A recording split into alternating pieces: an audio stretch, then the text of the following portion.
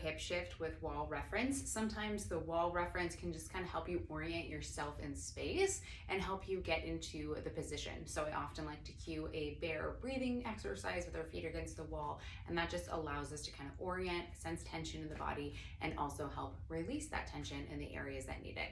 So with this hip shift, I'm gonna place my knee on the block. So you wanna use a yoga block. If for some reason you're getting a lot of pinchiness in the front of the hip, you can also use a foam pad or a textbook.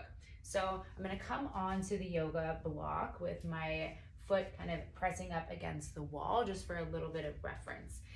You notice that when I come on all fours, my right knee kind of elevates up off the ground. So I'm gonna think about dropping that right hip down. So notice how I drop that right hip down, but without hiking this hip or side bending to the left. So I'm gonna position that yoga block and I'm gonna allow my right hip to kind of come down in space. I'm gonna see that I'm kind of in this offset position, and I'm gonna think about pressing my left knee into the yoga block as I shift back. And when I'm in this position, I might need to shift to the left a little bit and kind of sense this almost like little bit of a stretch in my left back pocket area. Pushing back until I reach that point in which I can feel the stretch. So I am kind of sitting back into that hip. So the first step, pushing the right knee down, so I'm in that offset position, and I'm gonna shift back until I feel that nice stretch in the back of my left booty area, side booty area.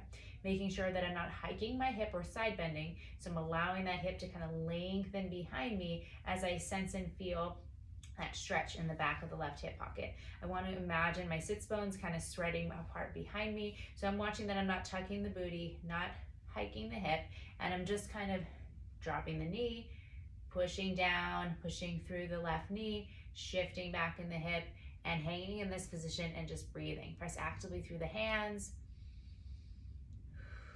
feeling that release in the back side of the left hip.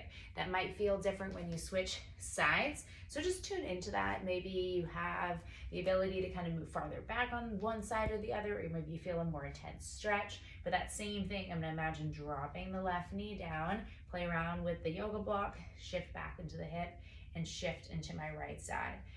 I'm gonna hang here and breathe, watching that my ribs aren't flaring up, so maintain that active push through the hands and allow that butt to kind of slide to the right a little bit, push actively through the right knee and feel that stretch in the back of the right hip.